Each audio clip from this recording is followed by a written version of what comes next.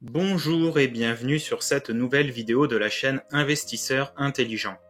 Aujourd'hui, Warren Buffett va nous raconter comment il a débuté l'investissement en bourse et par la même occasion, il donne quelques conseils à ceux qui veulent démarrer en bourse. Avant de commencer, si vous possédez déjà un portefeuille d'actions, je vous propose un outil gratuit pour en faire le suivi et obtenir des statistiques qui vous aideront à avoir une vue d'ensemble. Il s'agit de Morning. Très simple à prendre en main, vous retrouverez un tableau de bord vous indiquant l'état d'avancement de vos objectifs en termes de dividendes perçus, mais aussi la répartition par société, par pays, par devise et par type de capitalisation. Vous pouvez d'ailleurs suivre mon portefeuille qui a le même nom que cette chaîne, Investisseurs Intelligents. Je vous mets le lien dans la description si vous souhaitez en savoir plus et vous inscrire. Cette petite introduction étant maintenant terminée, écoutons Warren Buffett. Je m'appelle Dudley Shorter et je viens de Council Bluffs dans l'Iowa. Quand vous étiez plus jeune, qu'est-ce qui a éveillé votre intérêt pour l'investissement? Et quels conseils donneriez-vous à un jeune qui voudrait investir en bourse? Je vous remercie. Eh bien, je ne sais pas exactement. J'ai commencé à m'intéresser à l'investissement à l'âge de 7 ans environ. J'ai gaspillé mon temps avant ça.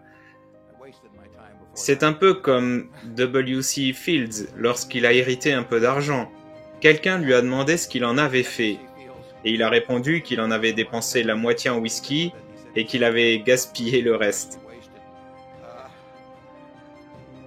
J'étais donc là à flâner, mais j'ai commencé... Mon père, Howard Buffett, travaillait dans le secteur, alors je me rendais à son bureau, je voyais ses livres intéressants, je les lisais et je descendais. Il était au 4e étage de ce qu'on appelle aujourd'hui l'Omaha Building, à l'angle de la 17e et de Farnham, et au 2e étage se trouvait la Harris Supplement Company, qui disposait d'un marché, et j'y allais. À l'époque, le marché était ouvert le samedi, alors je pouvais pendant 2 heures y aller le samedi. Et je voyais toutes ces choses intéressantes qui se passaient sur la bande. Et je lisais beaucoup. J'ai probablement pris tous les livres de la bibliothèque publique d'Omaha, tous les livres qu'ils avaient sur l'investissement, ou le marché boursier en gros. J'étais très intéressé par la bourse de New York. Je me disais que je voudrais peut-être devenir un spécialiste quand je serai grand, et peut-être que c'est encore le cas aujourd'hui. Mais j'ai sorti tous les livres, je les lisais, et finalement, à l'âge de 11 ans, j'ai acheté 3 actions, et je ne savais pas... J'étais fasciné par le sujet. Mon père a été élu au Congrès. La bibliothèque s'est donc agrandie et j'ai sorti tous les livres que j'ai pu sur les marchés. J'ai pris tous les livres que j'ai pu sur les marchés, j'ai utilisé un graphique et j'ai fait ce genre de choses.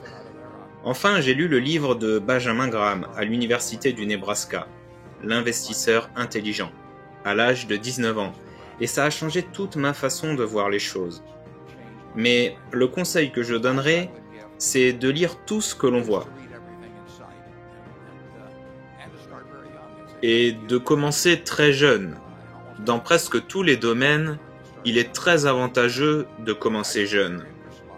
Si c'est ce qui vous intéresse, que vous commencez jeune et que vous lisez beaucoup, vous réussirez. Il n'y a pas de secret dans ce domaine que seuls les prêtres connaissent. Vous savez, nous n'allons pas dans les temples pour regarder des choses qui ne sont accessibles qu'à ceux qui ont passé des tests préalables ou quoi que ce soit d'autre. Tout est là. Noir sur blanc. C'est une affaire simple. Elle exige des qualités de tempérament bien plus que des qualités intellectuelles. Je veux dire que si vous avez un QI supérieur à 125, vous pouvez jeter le reste des points ou les donner à d'autres membres de votre famille ou faire autre chose parce que vous n'en avez pas besoin pour investir. Mais vous devez avoir un certain tempérament qui vous permet de penser par vous-même. Ensuite, il faut développer un cadre, que j'ai développé en lisant Ben Graham. Je ne l'ai pas inventé moi-même. Un cadre très simple. Il faut ensuite rechercher des opportunités qui s'inscrivent dans ce cadre tout au long de la vie. Et on ne peut pas faire quelque chose tous les jours.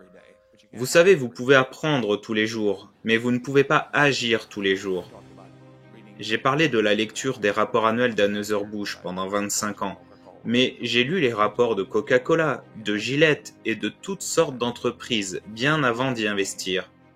Et si vous aimez le jeu, vous verrez que, comme pour le bridge ou le baseball, si vous n'aimez pas le jeu, vous n'aurez probablement pas de bons résultats. Mais je vous conseille de commencer tôt. Lisez tout ce que vous voyez, cherchez le cadre qui a réussi aux gens.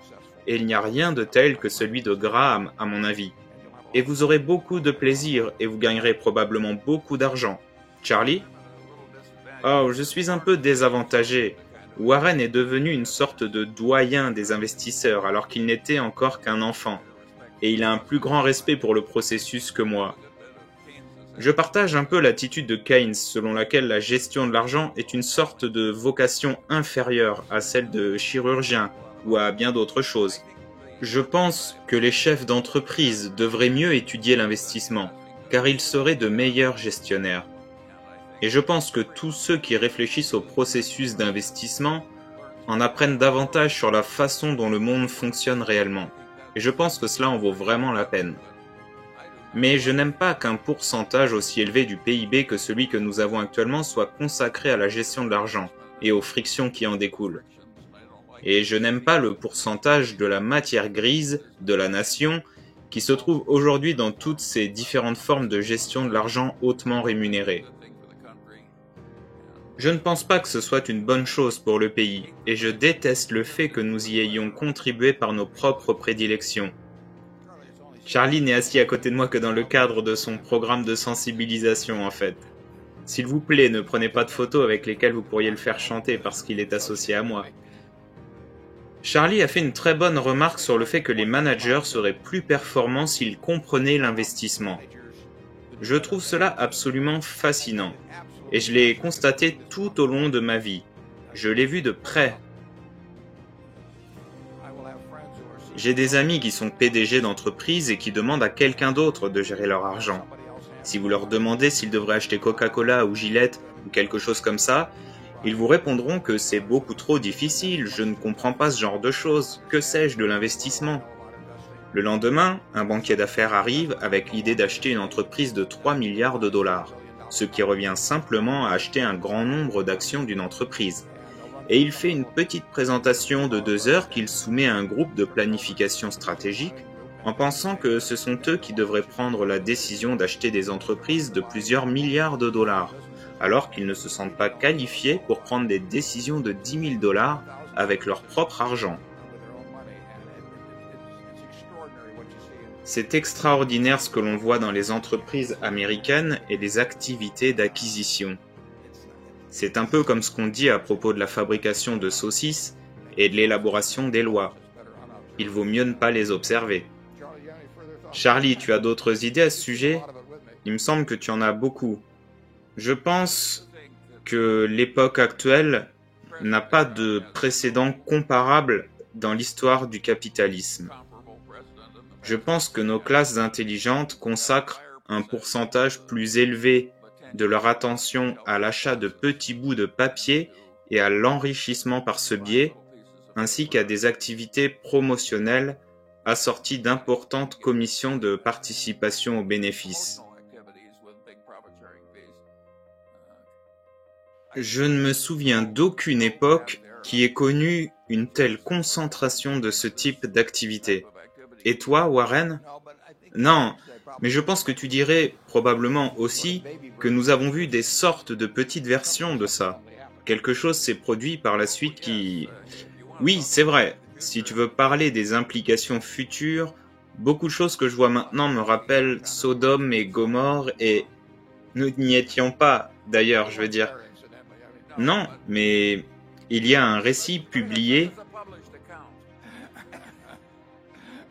et je pense que lorsqu'il y a autant d'activités regrettables qui se déroulent et qui se nourrissent d'elles-mêmes dans des frénésies d'envie et d'imitation, ça, c'est arrivé dans le passé, ça a eu des conséquences néfastes. Cette vidéo est terminée, lâchez un pouce en l'air si vous l'avez aimé et n'oubliez pas de vous abonner pour ne pas rater les prochaines vidéos. À bientôt.